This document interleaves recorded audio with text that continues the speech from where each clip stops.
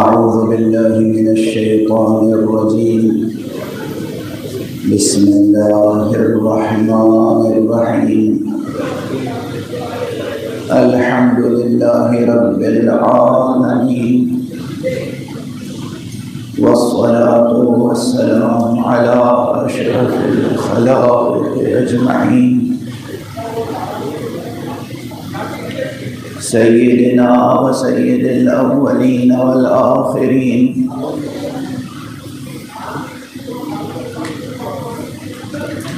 حبيبنا وحبيب إله العالمين، إمام المرسلين وخاتم النبيين، أبي القاسم المصطفى محمد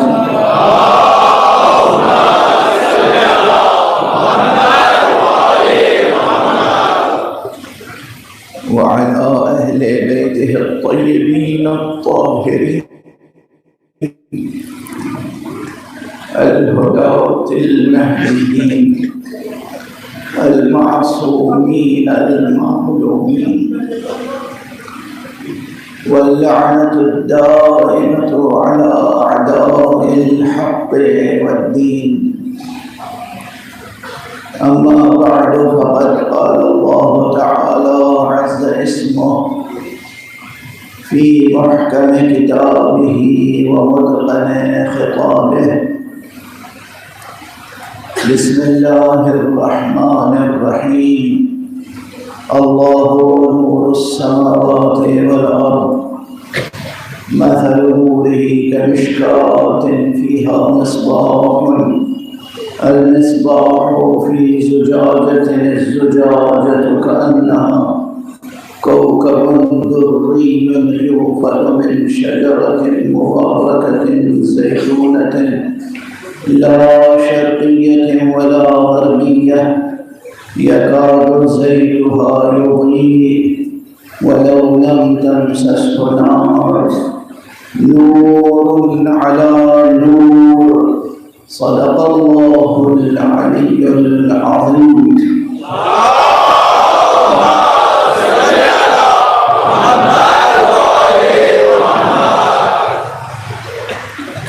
ایک اور بلند تر صلوات.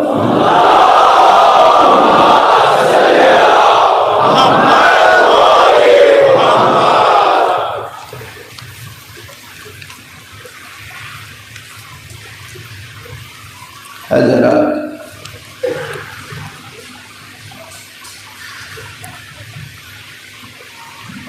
عاشورہ کا جلوس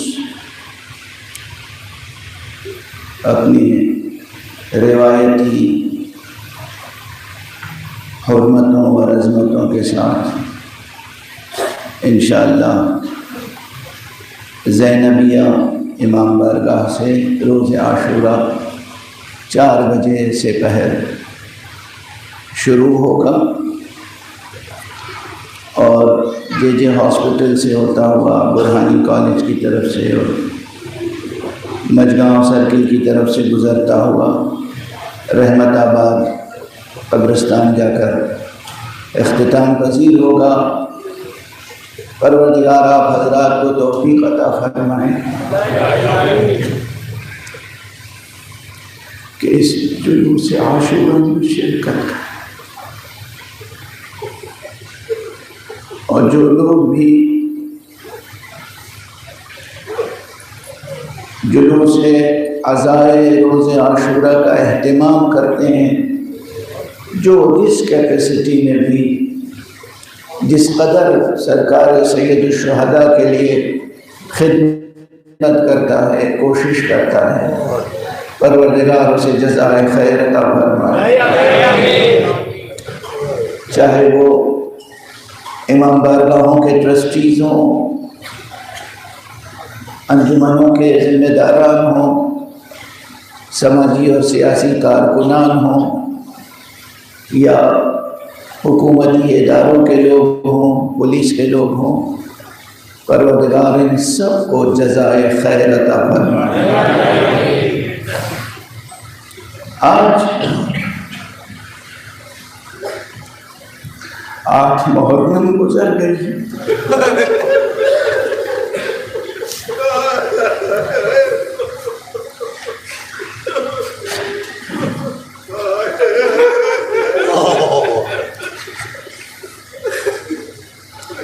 اتنا انتظار رہتا ہے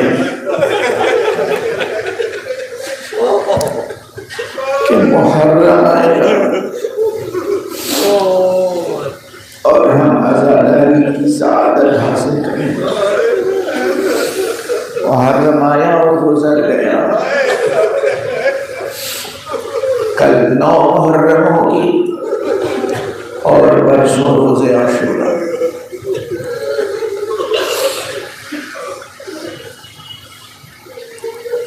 پورے گلوب پر جو سیاسی، اقتصادی اور سماجی حالات ہیں، اس کے نتیجے میں زندگی کا ہر شعبہ متاثر ہو رہا ہے، اور یہ فطری بات ہے. یہ فطری بات ہے. ہمیشہ یہی ہوا ہے اور یہی ہوگا. اس زمان و مکان میں، اس اسپیس ٹائم کمپلیکس میں یہی ہوتا آیا ہے، یہی ہوتا رہے گا کہ زندگی کے شرائط، کنڈیشنز، سرکمسٹانسز یہ انسانی زندگی کے ہر شعبے کو متاثر کرتے ہیں.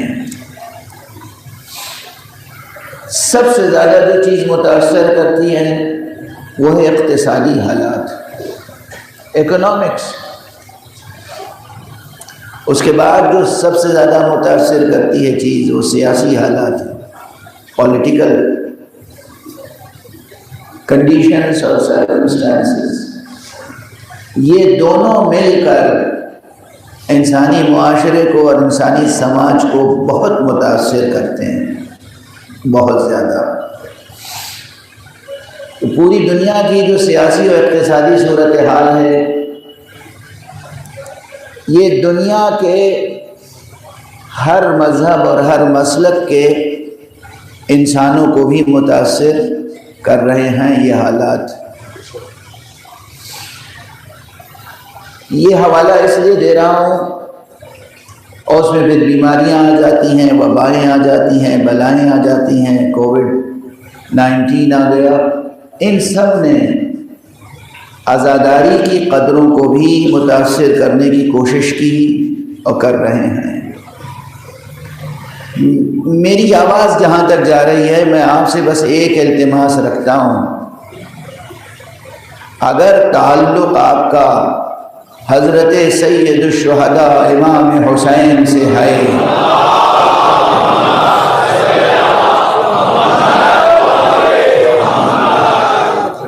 تو پھر ایک بات یاد رکھیے گا کہ یہ جو جبر تاریخ ہے، یہ جو اس دنیا میں جاری و ساری میٹیریل ڈائلیکٹسزم ہے، یہ جو جبر تاریخ ہے، یہ جو جبر زمان و مکان ہے، یہ جو مادی حالات کا جبر ہے، اس کے آگے مجبور ہو جانا کسی حسینی کو زیب نہیں دیتا.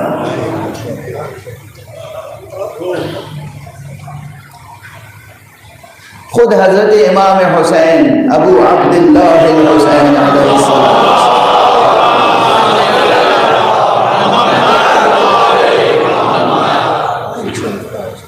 اگر جبر تاریخ کے فلسفے کو ہم قبول کر لیں کہ نہیں، ہم کچھ نہیں کر سکتے، جو حالات ہیں ہم ان حالات کے ساتھ ہی دریا کی سطح پر بہتے ہوئے معمولی سے تنکے کی طرح بہنا ہے، اگر ہم یہ سمجھ لیں تو پھر ہرگز ہم پیرو حضرت سید الشہداء علیہ السلام نہیں کہلا سکتے. کیونکہ اس وقت یہ جو میں کہتا آیا ہوں، چاہے توحید اور الہیات کے چیپٹرز ہوں اور چاہے انسانی زندگی کے کسی بھی شعبے سے متعلق باتیں ہوں. میں نے کہا نا کہ پوری انسانیت میں یہ 5 انوار جو ہیں یہ اللہ کی حجت ہیں، اللہ کی سب سے بڑی آیت ہیں. یہ ہیں آفتاب افلاک ہدایت. تو آقا حضرت ابو عبداللہ الحسین علیہ السلام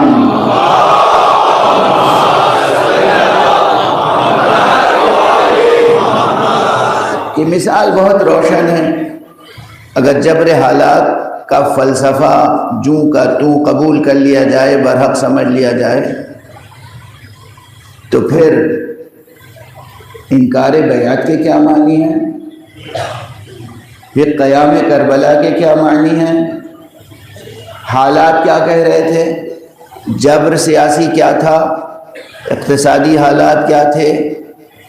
سماجی حالات کیا تھے؟ ان تمام حالات کے مقابلے میں تنے تنہا حضرت امام ابو عبداللہ الحسین کا کھڑا ہونا اور کامیاب ہونا، یہ یاد رکھیے گا دونوں جملے.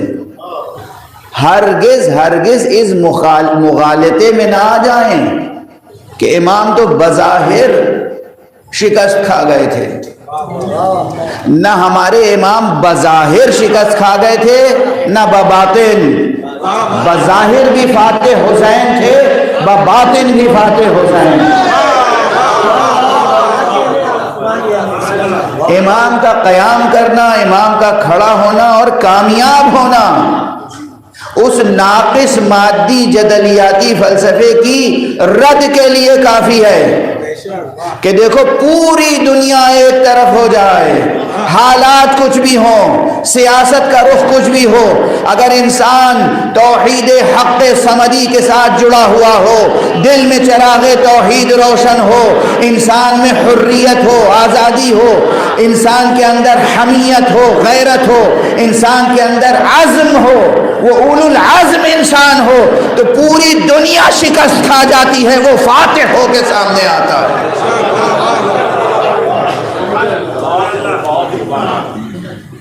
یہ حقیقت ہے، یہ سچائی ہے.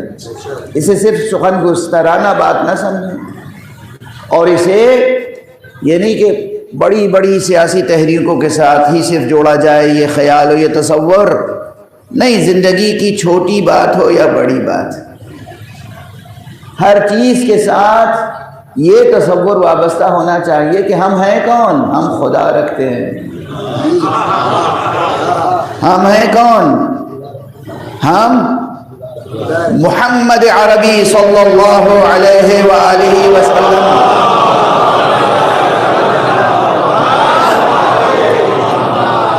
جیسا رسول رکھتے ہیں. ہم امیر المومنین علی ابن ابی طالب علیہ السلام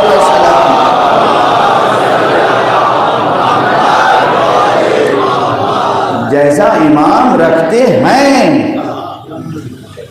اب یہ بار بار تو نہیں کہنے کی ضرورت ہے آپ کے لیے کہ ہمارے رسول تھے نہیں، اب بھی رسول ہیں. علی امام تھے نہیں، علی امام ہیں. سرکار سید الشہداء امام ابو عبداللہ الحسین ہمارے امام اور رہبر تھے نہیں، امام اور رہبر ہیں، اور تا قیامت رہیں گے، تا قیامت رہیں گے.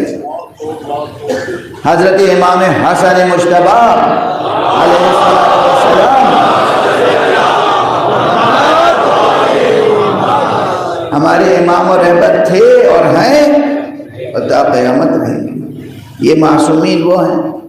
تو ہمیں اپنی زندگی کی روحانی قدروں کو، اخلاقی قدروں کو اور وجودی قدروں کو ان انوار مقدسہ کے سائے میں، ان کے انوار کی تابش میں، ان کے پرتو میں، ان کی روشنی میں ہمیں باقی رکھنا ہے.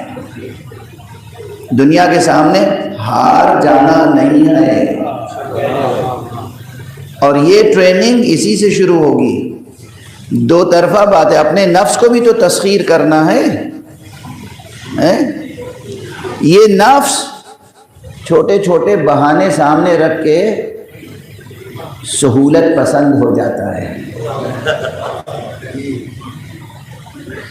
بھئی اب 2 سال سے یہ عادت پڑ گئی لوگوں کی کہ انٹرنیٹ پر اور ٹی وی چینلز پر اور یوٹیوب چینلز پر مجلسیں گھر بیٹھ کے سن لیں تو ہم فرش عزا پہ کیوں جائیں. اب یہ کوئی آپ کو امریکہ اور اسرائیل تھوڑی سکھا رہا ہے، یہ تو آپ کا نفس ہے جو وسوسہ کر رہا ہے. ہر چیز معلوم ہوا، کوئی بھی چھوٹا سا واقع ہوا امریکہ اسرائیل. وہ شیطان بزرگ ہے، اس میں کوئی شک نہیں، مگر ہم لوگوں کا نفس بھی کیا شیطان خرد ہے. نفس اپنے نفس پر نظر رکھیں. یہ مجلس میں نہیں جائیں گے ہم تو گھر ہی پہ بیٹھ کے مجلس سن لیں گے. یہ روش غلط ہے. اور پھر جلوس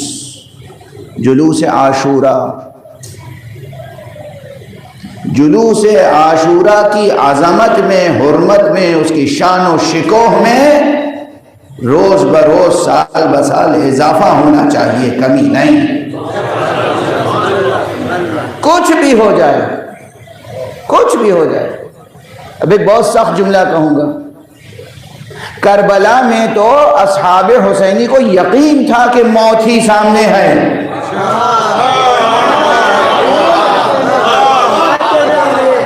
مگر زیر پرچم عباس رہے یا نہیں رہے،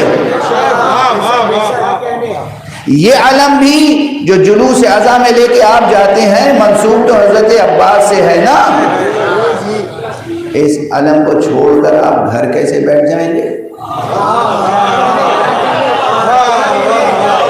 پھر کس منہ سے کہیں گے کاش ہم کربلا میں ہوتے تو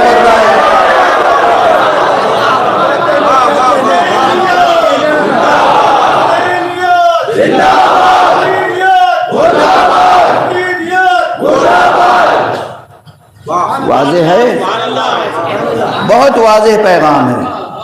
اور وہی آداب، سر برہنہ ہو، آستینیں الٹی ہوئی ہوں، گریبان کھلا ہوا ہو، جہاں تک کوشش کیجیے گا پا برہنہ ہو.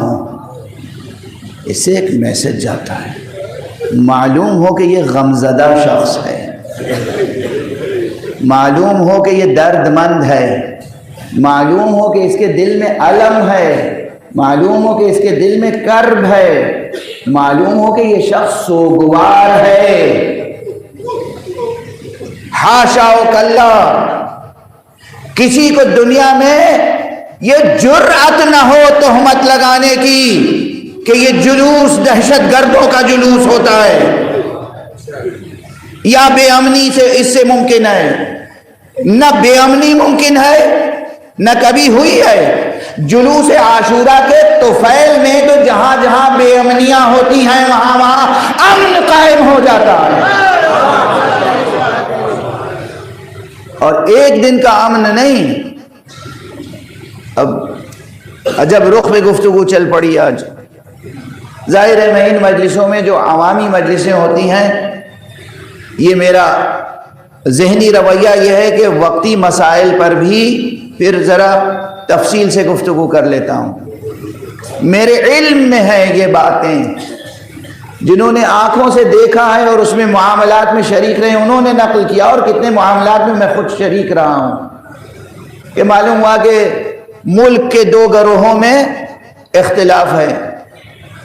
یہ ان کا منہ دیکھنا نہیں چاہتے، وہ ان کا منہ دیکھنا نہیں چاہتے. حیدرآباد میں، دلی میں، مختلف شہروں میں یہ واقعات ہوئے ہیں. خود سے عزاداروں نے یہ طے کر لیا کہ اس سال ہم اپنا جلوس لے کر، علم لے کر، تعزیہ لے کر ان کے محلے سے نہیں جائیں گے، ہم اس محلے سے جائیں گے. محرم آنے سے پہلے وہ لوگ خود آئے. کہا دیکھیے وہ اختلاف اپنی جگہ ہے جو کچھ ہے، مگر امام حسین کا جلوس تو ہمارے محلے سے گزرے گا. یہ نہیں ہو سکتا. یہ نہیں ہو سکتا، اس لیے کہ ہم سال بھر امام حسین کے علم کے پھریرے کی ہوا کی تاثیر محسوس کرتے ہیں، ہم اس کی برکتیں محسوس کرتے ہیں۔ تو جلوس عاشورہ کے شکوہ میں اس کی شان میں کوئی کمی نہ آئے، تعداد کم نہ ہو، شرکت سلیقے سے ہو، صفائی کا خیال رکھیں اور حزن و ملال کو ظاہر کریں۔ ایک صلوات پڑھ دیں محمد وآلہ۔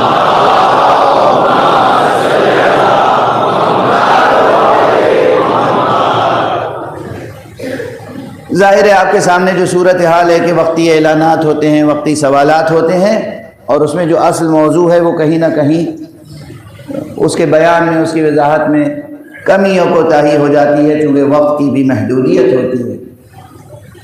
عنوان تھا ہمارا اس مرتبہ امام حسین انوار و اقدار۔ مقصد یہ تھا کہ ہم اس عنوان کے تحت آقا حسین کی سیرت کے نورانی گوشے پیش کریں آپ کے سامنے، اور وہ قدریں، وہ ویلیوز جس کی ضرورت تمام عالم انسانیت کو ہے، صرف شیعوں کو نہیں ہے، صرف سنیوں کو نہیں ہے، صرف مسلمانوں کو نہیں ہے، تمام عالم انسانیت کے لیے حضرت سید الشہداء ابو عبداللہ الحسین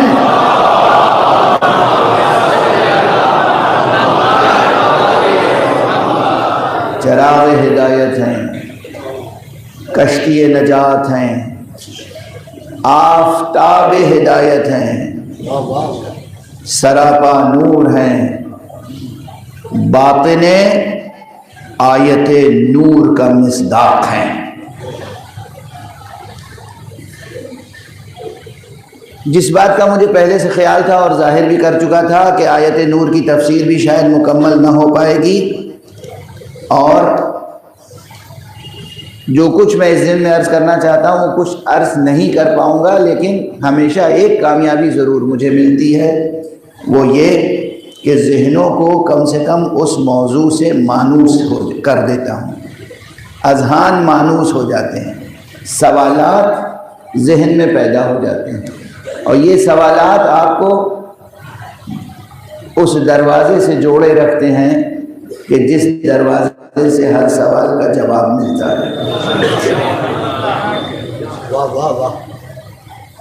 میں نے اسی اشرے میں کہا تھا، اس سے پہلے بہت سی مجلسوں میں کہہ چکا ہوں، اور آج پھر تیزی سے یہ چھوٹا سا جملہ کہہ کے گزر رہا ہوں کہ سوالات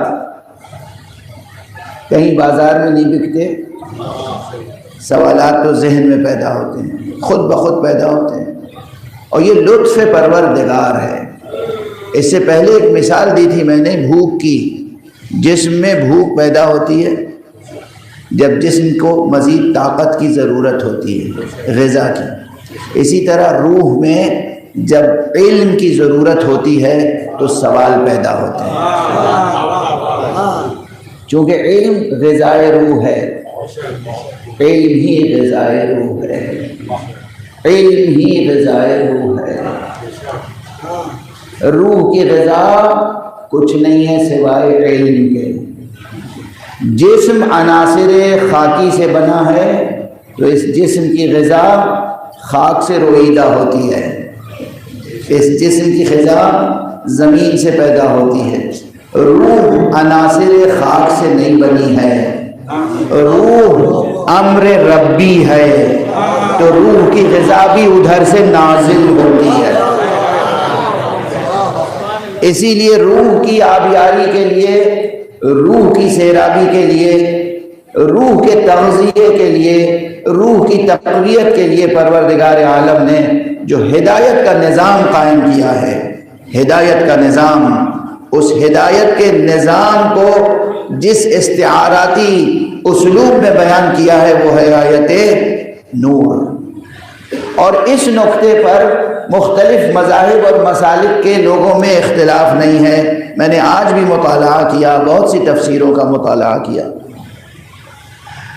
شیعہ مصنفین کی تفسیریں ہوں یا اہل سنت علماء کی تفسیریں ہوں سورہ نور کی، اکثر مفسرین اگر اجماع حاصل کریں، اکثر مفسرین اس بات کے طرف اشارہ کرتے ہیں، بلکہ صراحت کرتے ہیں کہ مراد اس آیت نور میں ہدایت الہیہ ہے۔ اللہ کی ہدایت کا جو نظام ہے وہ بڑا نورانی نظام ہے۔ اس کی تشبیہ کی ہے آیت نور میں مشکات و چراغ و مصباح، اور آخر آیت میں صراحت بھی ہے، یہد اللہ لنورہ من یشاء، اللہ جس کو چاہتا ہے اپنے نور کی طرف ہدایت فرماتا ہے۔ یہاں ایک نکتہ ہے، اللہ جسے چاہتا ہے اپنے نور کی طرف اس کی ہدایت کرتا ہے۔ یعنی اگر کوئی واقعاً در اہل بیت تک آ جائے تو اسے شکر کرنا چاہیے کہ اللہ کی عنایت خاص شامل ہے۔ اگر اللہ کی عنایت خاص شامل حال نہ ہوتی تو اس خانہ نور کی طرف ہدایت کیسے حاصل ہوتی؟ اس میں خاص توفیق الہی شامل ہوتی ہے۔ یہد اللہ لنورہ من یشاء، اللہ ہدایت فرماتا ہے اپنے نور کی طرف، یعنی اپنی جانب سے بھیجے جانے والے ہادی کی طرف۔ اور نور کیا ہے؟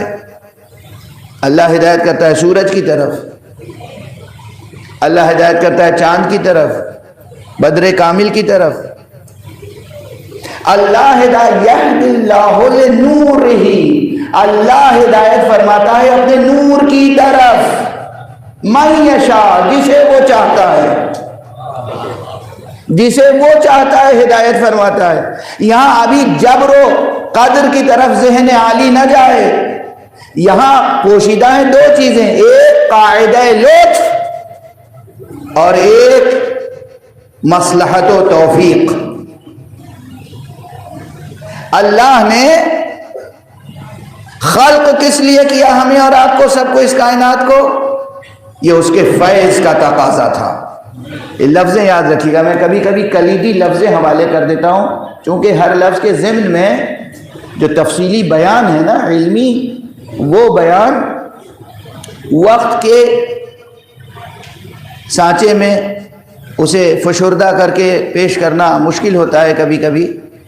تو یاد رکھیے کہ جیسے اس سے پہلے میں نے آج دن میں بھی پڑھا ہے، اس سے پہلے بھی پڑھا تھا، اور آپ کے سامنے بھی تیزی سے دہرا دوں اس توقع کے ساتھ کہ پہلے سے آپ کو یاد ہوگا، یہ چیز آپ کو یاد ہو جانی چاہیے، حفظ ہو جانی چاہیے۔ اب دیکھیں یاد ہے یا نہیں، جوان جواب دیں گے تب۔ قرآن مجید کے بارے میں اگر میں یہ پوچھوں کہ قرآن مجید اگر ایک کتاب ہے تو اس کا موضوع کیا ہے، سبجیکٹ کیا ہے، ایک لفظ میں قرآن مجید ایک کتاب ہے اور اس کا موضوع ہے توحید، توحید حق صمدی۔ یہ کلیدی الفاظ ہیں، یاد رکھیے گا، اس سے بہت سے پیچیدہ مسائل حل ہوتے ہیں۔ قرآن مجید کا عملی پیغام کیا ہے؟ تقوی۔ قرآن مجید کا نظام کیا ہے، جو نظام اس نے دیا ہے عالم انسانیت کو؟ ولایت۔ ایک ایک لفظ قرآن مجید نے تمام انسانوں کو جو کلچر سکھایا ہے، وہ کلچر کون سا ہے؟ وہ کلچر ہے محبت اور مودت کا۔ قرآن مجید پڑھنے کے بعد کہیں نفرتیں پنپ نہیں سکتی۔ قرآنی تعلیمات نفرتوں کو مٹاتی ہے، محبتوں کو پروان چڑھاتی ہے۔ تمام انسان سنیں، جس مسلک و مذہب کے بھی ہوں۔ اب چند الفاظ اسی طرح ایک ایک لفظ یاد رکھیں گے نا آپ، یہ چیلنج ہے، ایک ایک لفظ یاد رکھیں گے اس فقیر کا تو گویا ریلیجس سائنسز کی ایک ایک برانچ پر آپ کی گرفت ہو جائے گی۔ بڑے بڑے مسئلے جس پر سینکڑوں صفحے لکھے جا چکے ہیں یا لکھے جا سکتے ہیں، وہ آپ کی مٹھی میں ہوں گے۔ قرآن کا موضوع توحید، قرآن کا عملی پیغام تقویٰ، قرآن مجید کا نظام، سسٹم ولایت، نہ کمیونزم، نہ سوشلزم، نہ کیپٹلزم، ولایت۔ اس وقت پوری دنیا میں کیپٹلزم کی حکمرانی ہے تقریباً۔ ہم اس دن کے منتظر ہیں جب پوری دنیا میں ولایت کی حکمرانی ہوگی۔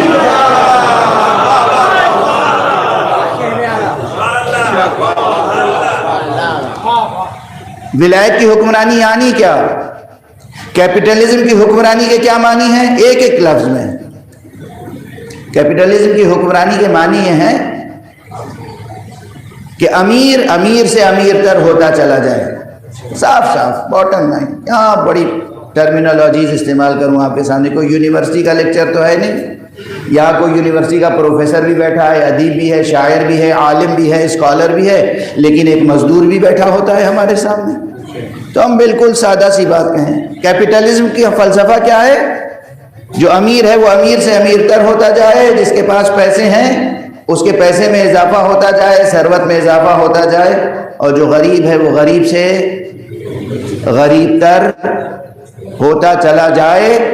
اور ان کیپٹلسٹوں کے سامنے یہ جتنی بھی تقریریں کرتے ہیں نا، یو این کے پلیٹ فارم سے، یونیسکو کے پلیٹ فارم سے، اور پتہ نہیں کن کن پلیٹ فارم سے، یہ سب سیاسی باتیں ہوتی ہیں۔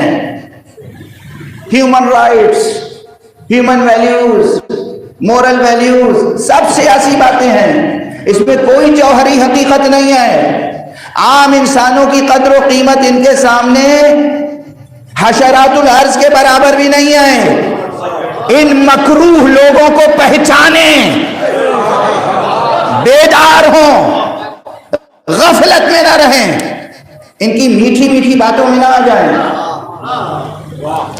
ان کے سامنے حقیقتاً انسان کی کوئی قدر و قیمت نہیں ہوتی، کوئی قدر و قیمت نہیں ہے۔ مگر آپ دیکھتے نہیں ہیں کس طریقے سے دنیا کے بڑے بڑے ملکوں کو تباہ کر دیتے ہیں۔ یمن میں کیا ہو رہا ہے؟ کون ہے مجرم؟ کس لیے جنگ ہو رہی ہے یمن کی؟ دنیا کے اور کتنے ملکوں کو بتاؤں کیوں جنگ ہو رہی ہے؟ روس اور یوکرین کی کیوں جنگ ہو رہی ہے؟ کیوں؟ کس لیے؟ اور یاد رکھیے، جنگوں کے برے اور خراب اثرات پڑتے ہیں انسانوں پر۔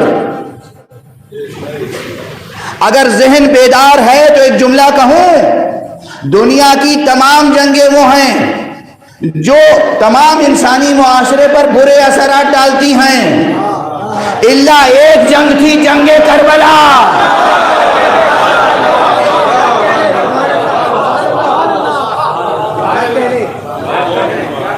اس جنگ نے پوری انسانیت کو ہمیشہ ہمت، حوصلہ، وفا، اخلاص، توحید، وحدت، محبت، مودت، یکجہتی، یہ قدریں عطا کی ہیں کربلا میں۔ دوسری جنگیں ان کے اثرات سے قومیں بھوکی مر جاتی ہیں، کربلا کی جنگ کا تذکرہ بھی ہوتا ہے تو لنگر تقسیم ہوتا ہے۔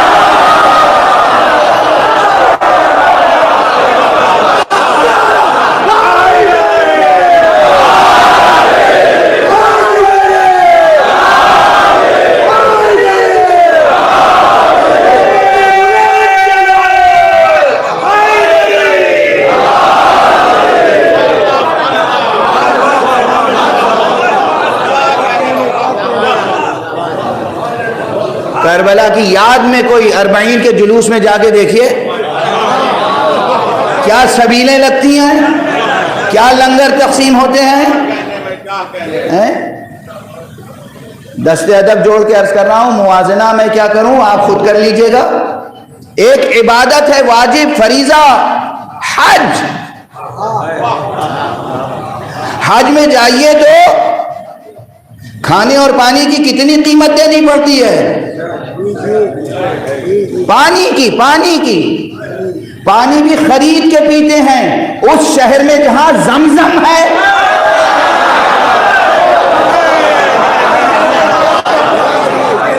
اور چلے جاؤ کربلا، اس شہر میں جہاں پانی بند کیا گیا تھا، آج کسی کو پانی خرید کے پینے کی ضرورت نہیں ہے۔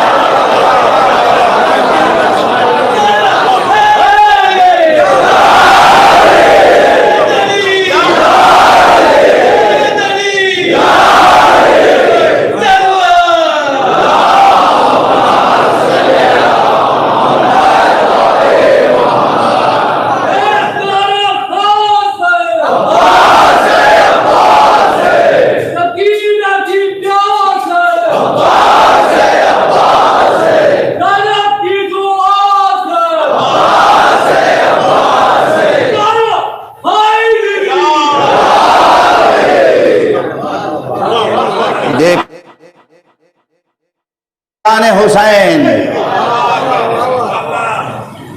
ہم سنتے ہیں، دہراتے ہیں، خدا رازق ہے، خدا کریم ہے، خدا رحیم ہے، خدا فیاض ہے۔ ان آنکھوں سے جب دیکھتے ہیں تو اس کا فیض کبھی فاطمہ کے در سے ملتا ہے، کبھی حسین کے در سے ملتا ہے۔ پانی نہیں، پانی غذا کا، یہ تو زندہ معجزہ ہے، جا کے دیکھ لے کوئی۔ کربلا کے پیاسوں کا زندہ معجزہ، ساری دنیا میں سبیلیں لگتی ہیں۔ میں ان سبیل لگانے والوں کو بھی سلام کرتا ہوں، دعائیں دیتا ہوں۔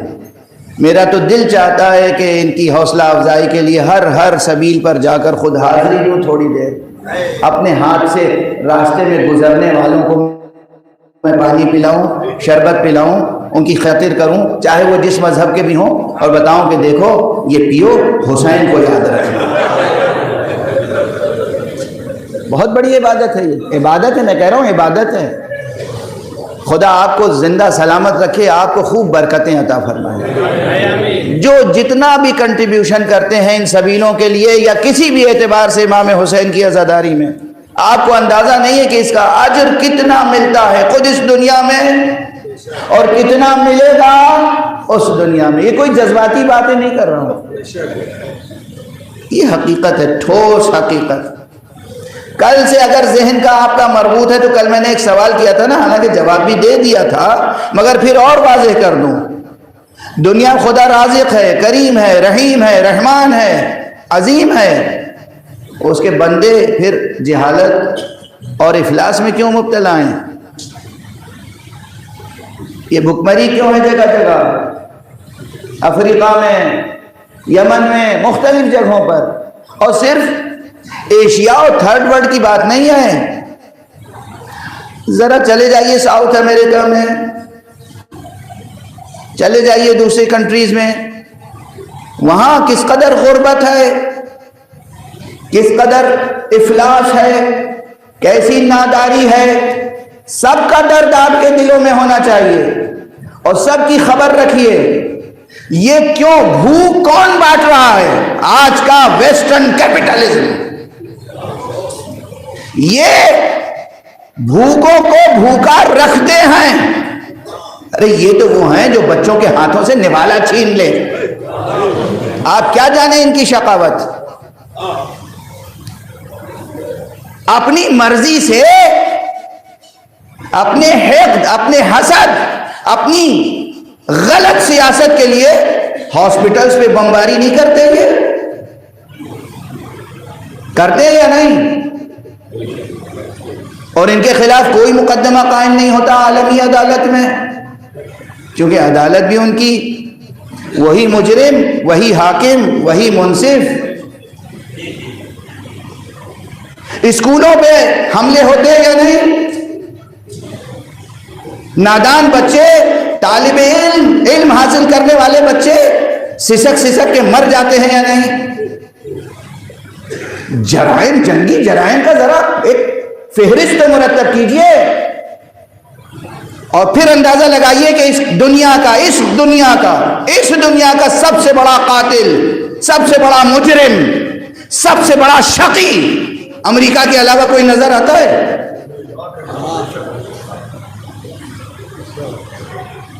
میں سیاست سے کوئی تعلق نہیں رکھتا، میں تو جب ایک غریب کو ایڑیاں رگڑتے ہوئے دیکھتا ہوں تو دل تڑپتا ہے،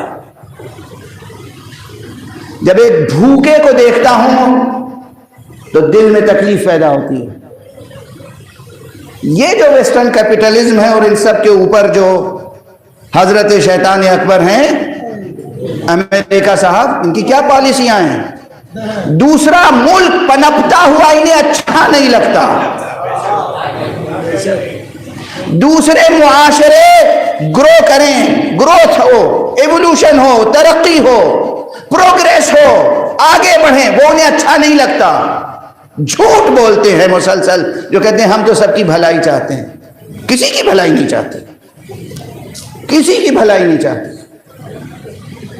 جھوٹے بہانے نکال کر دوسرے ملکوں کو تباہ کرنا، یہ ان کی سیاست ہے کھلی ہوئی، یہ ان کی سیاست ہے۔ تو ان کا کام ہے بھوک تقسیم کرنا، بھوک پروان چڑھانا۔ ان کی پالیسی ہے جاہل رکھنا، جاہل بنانا۔ آپ کوئی اچھی یونیورسٹی بنانے، آپ کے اوپر پابندیاں لگ جائیں گی۔ آپ کو کیا حق ہے یونیورسٹی بنانے کا؟ آپ کون ہوتے ہیں؟ میں جب کہوں گا تب یونیورسٹی بنائیے گا، میری اجازت سے۔ آپ کو کیا حق ہے ہاسپٹل بنانے کا؟ میں جب کہوں گا میری اجازت سے، میری نگرانی میں ہاسپٹل بنیں گے۔ سمجھ رہے ہیں آپ؟ سیاسی تقریر نہیں ہے، ہرگز یہ نہ سمجھیے گا کہ سیاسی تقریر ہو رہی ہے، ہرگز نہیں۔ میں انسانی مسائل کو ایڈریس کر رہا ہوں اور یہ بتا رہا ہوں کہ دنیا کے سرمایہ داروں، سرمایہ پرستوں سے عالم انسانیت کا بھلا ہونے والا نہیں ہے۔ بھلا ہوگا تو اس دین، اس مسلک، اس مذہب اور ان ویلیوز اور اس لائٹ اور اس انلائٹنمنٹ کے ذریعے جو کربلا کے بھوکے اور پیاسوں کے ذریعے سے سامنے آئی۔ بہت واضح پیغام ہے۔ کل سے آج تک 2-3 بلکہ اس سے زیادہ جرنلسٹ، کوئی ٹی وی جرنلسٹ، کوئی ویسے ہی میڈیا کا شخص پوچھ چکا، آپ عزاداری کرتے کیوں ہیں؟ آپ محرم کے پریچر بن کے آتے کیوں ہیں؟ آپ کس لیے چاہتے ہیں کہ عزاداری فروغ پائے؟ سڑکوں پر لے کر جلوس کیوں آتے ہیں؟ ہم اس لیے آتے ہیں چونکہ ہم سے کوئی بھوکا دیکھا نہیں جاتا، ہم سے جہالت دیکھی نہیں جاتی، ہم سے بیماریاں دیکھی نہیں جاتی، ہم سے بے امنی دیکھی نہیں جاتی، ہم سے بے چینی دیکھی نہیں جاتی، ہم سے فتنہ و فساد اور لڑائی اور جھگڑا یہ دیکھا نہیں جاتا۔ تو ہم کیسے روکیں؟ ہمارے پاس کوئی طاقت نہیں ہے، کوئی اسلحہ نہیں ہے، ہمارا اسلحہ ہے آنسو، ہماری طاقت ہے ہمارا غم۔ ہم کربلا کے مظلوموں کا تذکرہ کر کے لوگوں کے دلوں کے گداز کو، درد کو بڑھانا چاہتے ہیں کہ سمجھو انسان جب مظلوم ہوتا ہے تو کیا کیفیت ہوتی ہے۔ اور ظالم کی شناخت پیدا کرو، ظالم کی شناخت پیدا کرو، پہچان۔ اور میڈیا کے لوگوں سے میں دست ادب جوڑ کے کہتا ہوں، خدا را اپنے ضمیروں کو زندہ رکھیں۔ بن چکی ہے میڈیا انڈسٹری، بن چکی ہے، مگر آپ انسان ہیں نا، آپ کے سینے میں دل ہے نا، آپ کے کاسے سر میں دماغ ہے نا، آپ کے مادی وجود کے اندر ایک روح ہے یا نہیں؟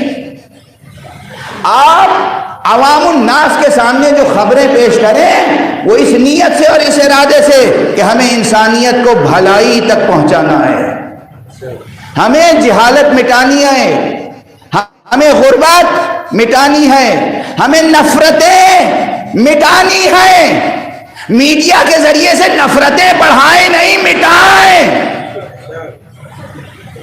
محبتوں کو پروان چڑھائیں، مودتوں کو پروان چڑھائیں۔ بس گفتگو ہوتی چلی جا رہی ہے، وقت گزرتا چلا جا رہا ہے۔ میں تو چند لفظیں کلیدی اور آپ کے سپرد کرنا چاہتا تھا۔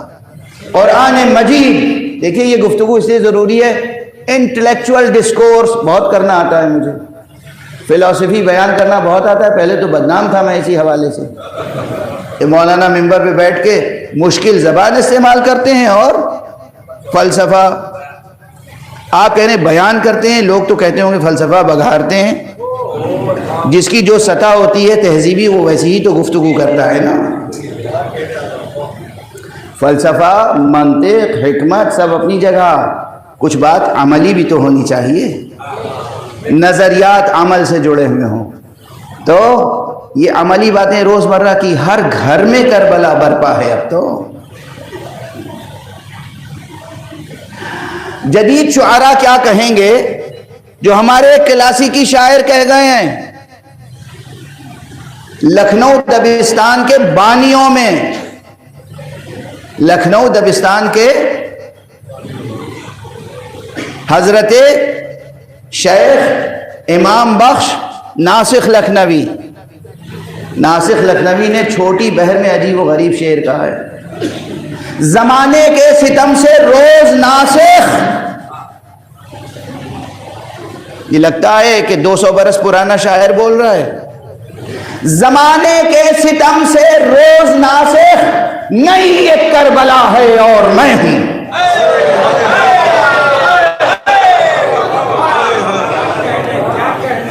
زمانے کے ستم سے روز ناسخ، نئی ایک کربلا ہے اور میں ہوں. اور ان تمام کربلاؤں کے پیچھے کہیں نہ کہیں خونی پنجہ، آہنی پنجہ سرمایہ پرستوں کا ہوتا ہے، سرمایہ داروں کا ہوتا ہے، اور بطور خاص ویسٹرن کیپٹلزم. اس سے تمام لوگوں کو، ایک صرف میں عرض کر چکا، صرف شیعوں کے لیے تقریر نہیں کر رہا ہوں، تمام انسانوں کا مسئلہ ہے. اللہ نے پیدا کیوں کیا؟ فیض، ایک لفظ یاد رکھیے گا، فیض. فیض وجود تھا جو ظاہر ہوا تو تمام عالم امکان وجود میں آیا. یاد رہے گا یہ جملہ. اللہ نے فیض وجود بخشنے کے بعد پھر ضرورت سمجھی، اس کی حکمت کا تقاضا یہ ہوا کہ ان کے لیے ہدایت، ایک تو ہدایت فطرت میں رکھی. فطرت میں ہر انسان کی فطرت خود مکمل کتاب ہدایت ہے. کاش یہ جملہ لے کے جائیں. ہر انسان کی فطرت، نیچر، ایک مکمل کتاب ہدایت ہے. مگر چونکہ یہاں ماحول ایسا ہوتا ہے کہ ہر شخص اپنی کتاب فطرت پڑھ نہیں پاتا، تو پھر اس کو مزید ہدایت کی ضرورت ہوتی ہے. دل کہتا ہے کہ سچ بولو، انسان حالات سے مجبور ہو کر جھوٹ بولتا ہے. تو چاہیے کہ کوئی نبی سامنے آئے صادق اور امین، اور وہ اس ضمیر کی آواز کو زندگی عطا کرے، یہ حکم دے کہ سچ بولو، جھوٹ بولنا گناہ ہے. ضمیر انسان کا، فطرت انسان کی کہتی ہے دیکھو خیانت نہ کرو، امانت میں خیانت نہ کرو، مگر انسان خیانت کرتا ہے. اب ضرورت ہے ایک ایسے نبی کی جو آ کے تعلیم دے، دیکھو خیانت نہ کرو. یہ اندر سے ابھرنے والی آواز فطرت کی اور عقل کی، اس کو قوت عطا کرتا ہے کون؟ نبی. یہ نبی کو کیوں بھیجا اللہ نے؟ وجود عطا کیا فیض کے تقاضے کے تحت. فیض نبیوں کے، رسولوں کے، اماموں کے بھیجنے اور معین کرنے کا نظام قائم کیا. کس لیے؟ لطف خدا. یاد رہے گا، لطف، فیض، اور اس کے بعد لطف. فیض 4 لفظیں وہ یاد رکھیے گا، توحید، تقوی، ولایت، مودت. اب یہ 3 لفظیں یاد رکھیے گا، فیض وجود کا فلسفہ، لطف ہدایت کا فلسفہ. اب انسان کو مزید بھی کچھ چاہیے. اندر سے آواز آ رہی ہے، یاد رکھیے گا، اندر سے آواز آ رہی ہے، باہر سے آواز آ رہی ہے. اندر سے ایک طاقت اچھائیوں کی طرف اور خدا کی طرف آگے بڑھا رہی ہے. باہر سے ایک طاقت بلا رہی ہے، راستہ دکھا رہی ہے. لیکن اس کے باوجود بھی زمین سنگلاخ ہے، پتھر ہیں، کنکڑیاں ہیں، کانٹے ہیں، دریا ہے، سمندر ہے، رکاوٹیں ہیں. ادھر ایک شقی کھڑا ہے، ادھر ایک سرمایہ پرست کھڑا ہے، ادھر کوئی اور محارب کھڑا ہوا ہے. یہ جو رکاوٹیں ہیں، ان رکاوٹوں کو دور کرنے میں بھی اگر انسان اپنے اندر کی آواز سنے، اس پر لبیک کہے، نبی کی آواز سنے، امام کی آواز سنے، لبیک کہے اور آگے بڑھنے کی کوشش کرے، پوری کوشش کرے. تو اب فیض کے بعد، لطف کے بعد ایک تیسری چیز آتی ہے، اسے کہتے ہیں توفیق. توفیق کے کیا معنی ہے؟ اب سمجھ میں آئی توفیق؟ توفیق عرض کر لینے دیجئے، وقت گزرا جا رہا ہے لیکن عرض کر لینے دیجئے. یہ سب کلیدی لفظ ہیں، ہر زبان پر ہیں لیکن اس کے معنی نہیں جانتے یا غلط کانسیپٹ لیے بیٹھے ہیں. توفیق کا ورڈ جو ہے یہ نکلا ہے، روٹ ورڈ ہے اس کا واو فے قاف، وفق. اسی سے اردو زبان میں ایک لفظ عام ہے اور ہندی میں بھی ہے، موافقت. عام لفظ ہے نا.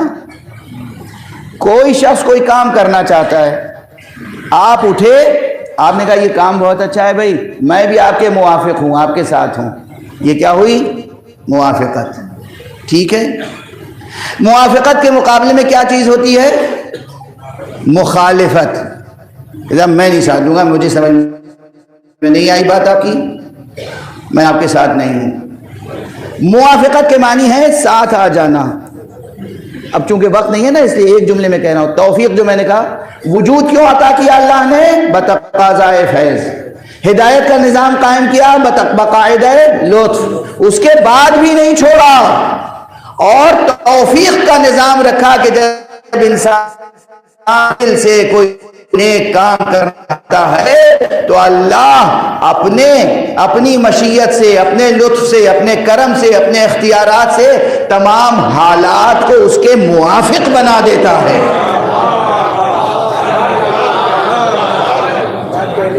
حالات کو اس کے موافق بنا دیتا ہے تاکہ وہ اس نیکی تک پہنچ سکے، اس خیر کو حاصل کر سکے اور حق سبحانہ و تعالیٰ کی سچی بندگی کر سکے، حق سبحانہ و تعالیٰ سے قریب ہو سکے. واضح ہو گئی بات؟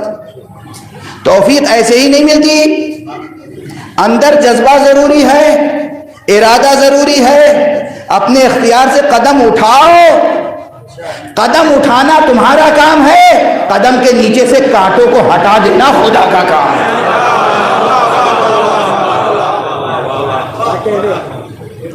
سمجھ میں آئی توفیق؟ واضح ہے توفیق.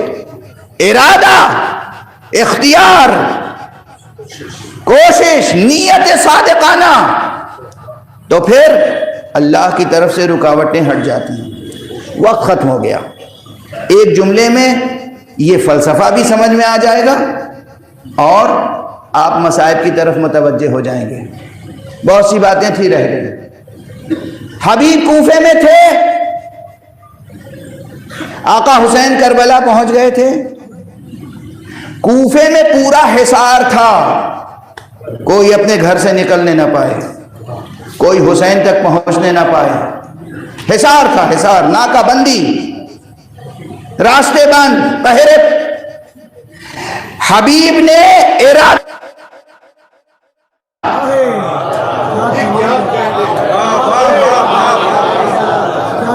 حبیب نے گھر بیٹھے ہوئے تھے نا، حبیب بیوی کے ساتھ بیٹھ کے دسترخوان پہ کھانا کھا رہے تھے.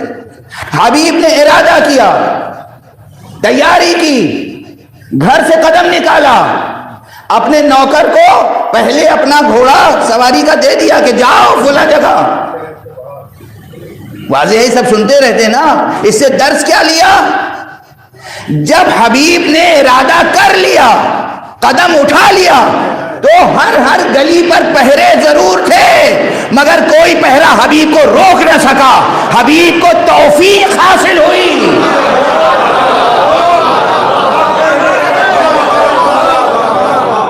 حبیب آقا حسین تک پہنچ گئے. حبیب کو توفیق حاصل ہوئی، حبیب آقا حسین تک پہنچ گئے. حر، پہلے حر کا جذبہ تو ہو.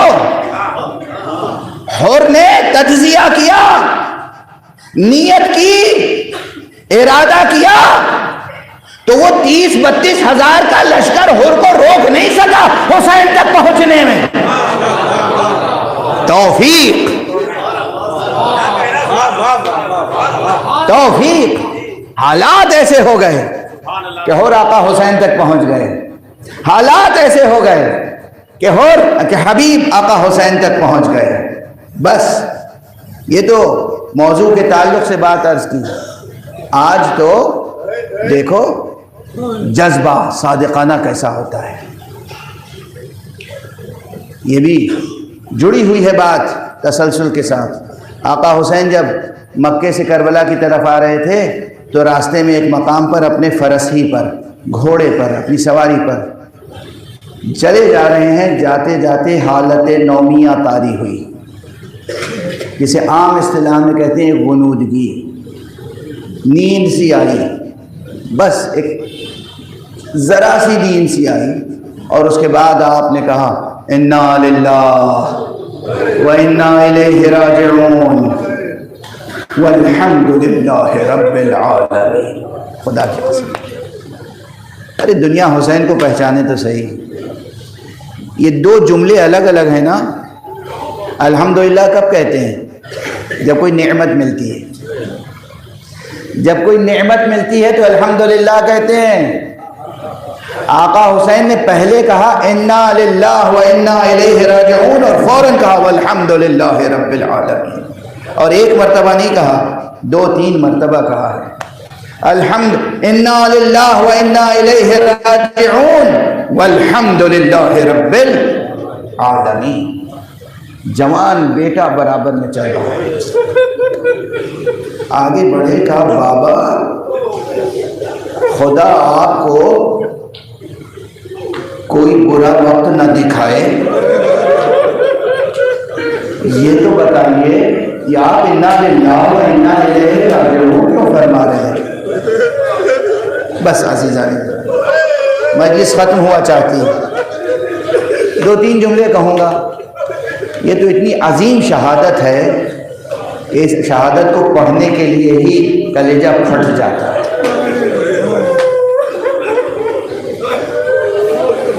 کربلا میں سرکار سید الشہداء، خود حضرت سید الشہداء امام حسین کی شہادت کے بعد سب سے بڑی شہادت ہے شہادت شبیہ پیغمبر۔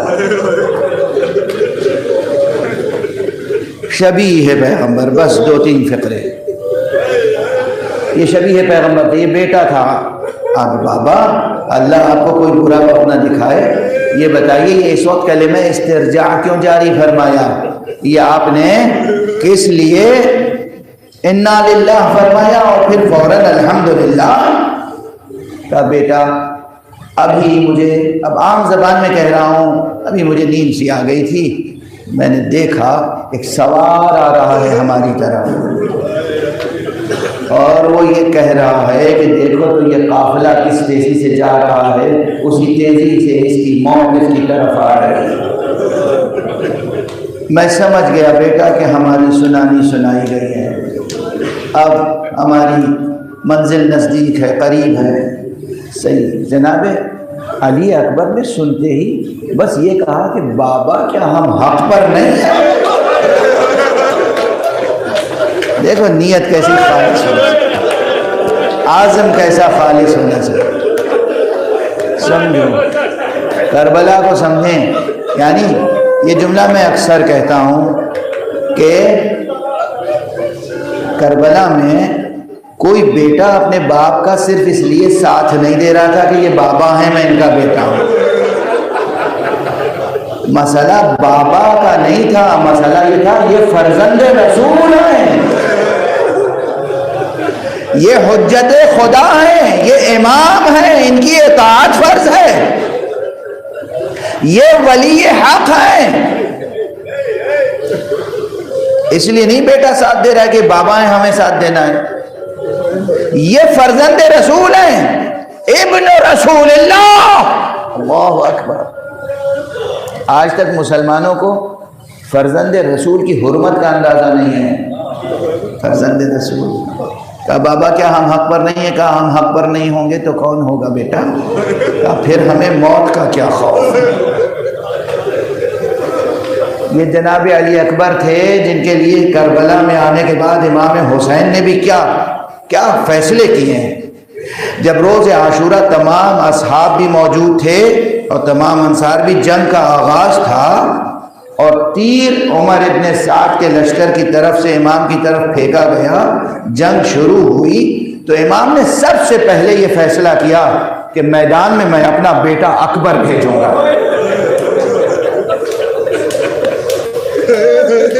جیسے ہی آپ نے اعلان کیا میدان میں سب سے پہلے اپنا بیٹا اکبر بھیجوں گا، اصحاب آ گئے، آقا یہ نہیں ہو سکتا، ارے ہم زندہ رہے اور شبیہ پیغمبر۔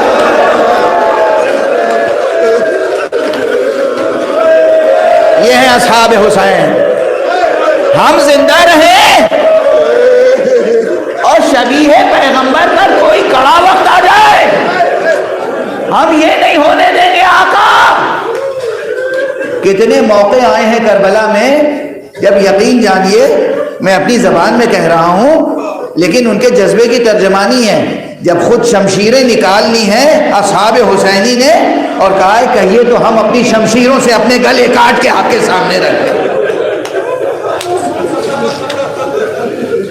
آقا یہ نہیں ہو سکتا۔ اصرار کے بعد آقا نے علی اکبر کو روکا، اصحاب کا سلسلہ شروع ہوا۔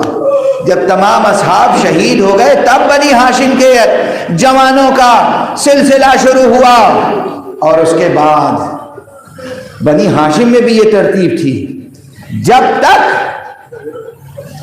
بنو جعفر زندہ رہے، بنو عقیل زندہ رہے، اس وقت تک کوئی امیر المومنین علی ابن ابی طالب کا فرزند شہید نہیں ہو سکا۔ ترتیب تھی، جناب عقیل کے بچوں نے پہلے جانیں دی، جناب عبداللہ ابن جعفر طیار کے بچوں نے جانیں دی، اور جب سب قربانیاں ہو گئیں تو اب سمجھیے بس دو قربانیاں رہ گئی تھیں، ایک اکبر تھا اور ایک اصغر، اور جس میں یہی طے کرنا مشکل ہے کہ اس میں حقیقتاً اصغر کو بھی اصغر کہیں تو کیسے کہیں۔ آج میں اس شیرخوار کے مصائب نہیں پڑھوں گا، کل سرکار سید الشہداء کے بھی کچھ مصائب گزارش کروں گا، کل آپ کے شیرخوار بچے 6 ماہ اصغر کے بھی مصائب عرض کروں گا۔ آج وقت تمام ہو چکا، بس آج تو پرسہ دینا ہے رسول اللہ کو، شبیہ رسول کا، آج پرسہ دینا ہے آقا حسین کو، ان کے کڑیل جوان علی اکبر کا۔ میں مبالغے سے کام نہیں لیتا، کبھی مبالغے سے کام نہیں لیتا، کبھی مبالغے سے نہیں کام لیتا۔ جو عبارتیں، جو چھوٹے چھوٹے جملے تاریخ میں لکھے ہیں نا، ارے یہی اگر آپ کے دل پر اثر کر جائیں تو قیامت تک گریے کا سلسلہ نہ تھامے۔ یہ تو شب و روز کے ہنگامے ہیں جو حائل ہو جاتے ہیں، ورنہ آقا حسین کا غم کوئی ایسا غم ہے کہ جس پر آنکھیں خشک ہو جائیں، یہ ممکن نہیں ہے۔ کیسے عرض کروں کہ آقا حسین نے علی اکبر کو کیسے بھیجا ہے میدان کی طرف۔ 3 شہادتیں ایسی ہیں جن میں آقا حسین کے چہرے کا رنگ بدل گیا۔ ایک قاسم جب بھیجا تو سینے سے لگا کے اتنا گریہ کیا کہ خشا گیا، کل عرض کر چکا۔ ایک علی اکبر، حالانکہ پہلے بھیجنا چاہتے تھے، حسین صابر ہے صابر، مگر بیٹا بھی کون ہے؟ اکبر ہے، اکبر۔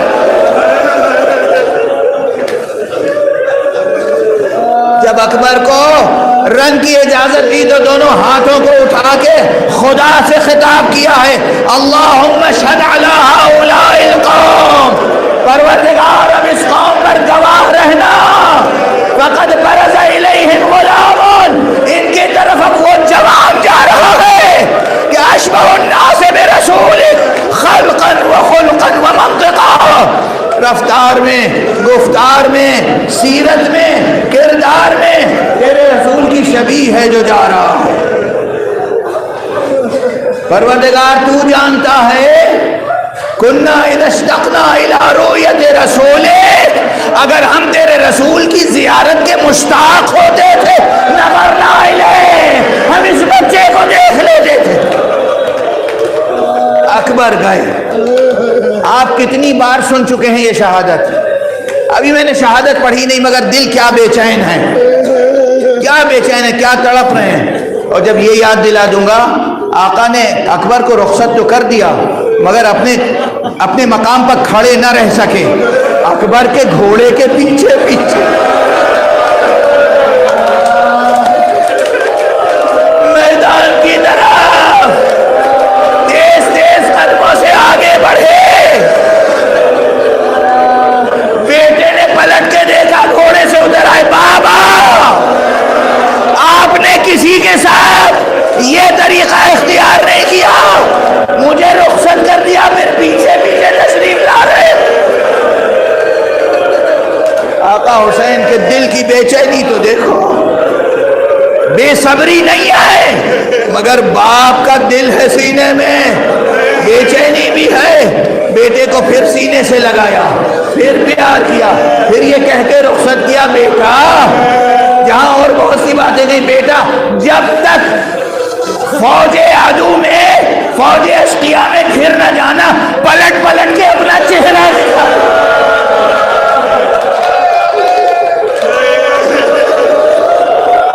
بس بس اب مجھ میں طاقت نہیں ہے کہ میں شہادت بیان کروں. بیٹا گیا. آقا حسین نے ایک طریقہ اختیار کیا کہ فرس مبارک پر تھے, بار بار رکاب پر پاؤں رکھ کے زور دے کے اٹھتے تھے, میدان پہ دیکھتے تھے اور بیٹھ جاتے تھے. در خیمہ میں بیویاں تھیں, پردے کے پیچھے زینب, لیلا, رباب کیا دیکھ رہی ہے؟ حسین کا چہرہ کہ جوان بیٹے پر کوئی وقت آئے گا باپ کا چہرہ ضرور بدل جائے گا. ایک مرتبہ آقا پلٹے, در خیمہ پہ آئے, لیلا جاؤ دعا کرو. اکبر کے سامنے ایک شقی آیا ہے, لیلا نے سر کے بال کھولے, دعا کی, اکبر فاتحہ نہ پلٹے. لیکن جب پلٹے ہیں تو کہا کیا؟ بابا اس پیاس نے مجھے مار ڈالا.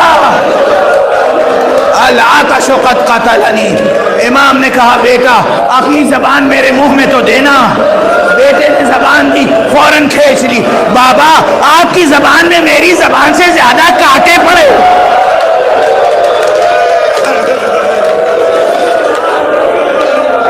بس وقت گزر گیا, میں شرمندہ ہوں.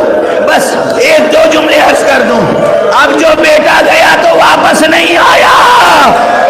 بس ایک آواز دی, یا ابتا علیک منی السلام. بابا میری طرف سے آخری سلام. ابھی امام حسین نے فرمایا علی الدنیا بعدک العفا. اس دنیا پر بیٹا تیرے بعد خاک ہے. برداشت کر سکیں گے؟ صرف پرسہ دینے کے لیے عرض کر رہا ہوں. یہ روایت بھی میں نے اپنی آنکھوں سے پڑھی ہے. ان حاسدوں نے, ان کافروں نے, ان اشقیاء نے جو سلوک حضرت عباس کے ساتھ کیا تھا,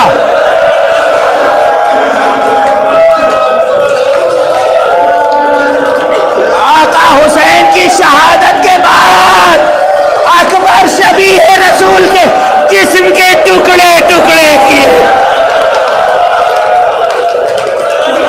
خدا آپ سب کو کربلا جانے کی توفیق.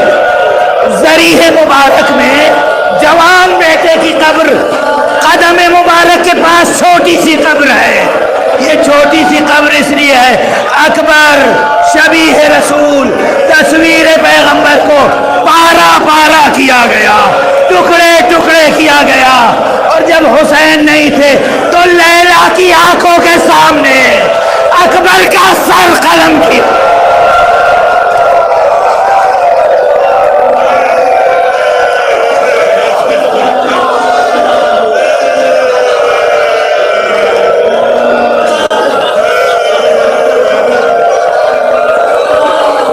حسینا و اکبرا